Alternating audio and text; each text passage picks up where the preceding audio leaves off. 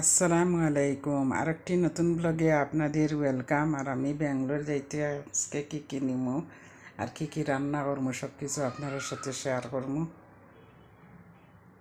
এইখানে হইল গিয়ে মুরগি গড়ের একটা বড় মুরগি জব করছি, আর ওই মুরগিটারে রান্না করিয়া আমার ছেলেমেয়ের লগে নিব।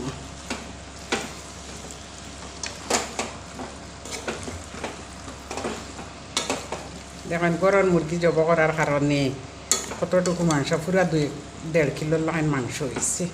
এটা মুরগিটা মানে ডিম, এই দেখুন গরুর মুরগি ফাড্ডা ডিম ডিম আছে, ভিতরে থেকে ডিম বাই গেছে। আরও একটা জুফা আছিল, ডিমর ফাটি গেছে। আর এখানে কিছু আরও মাংস রান্না করিয়া থাকার লাগে নি।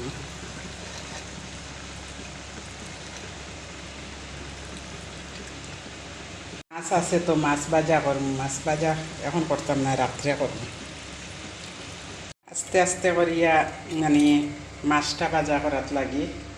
এই তো সবজি রাখছি, রাত্রের সবজি একটু মাংস দিয়ে ভাজা করবো। আর এখানে মাছটাই মশলা লাগাইয়া রাখছি, এটা মাছটা ভাজা করবো ছেলেমেয়ের লাগি নেওয়ার লাগিয়া।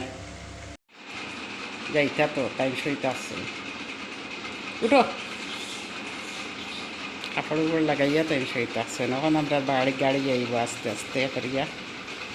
আমরা ব্যাগ সব কিছু গুছাই লিছি।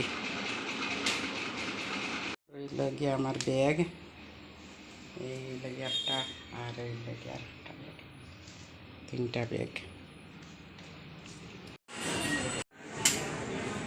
এয়ারপোর্টের ভিতরে।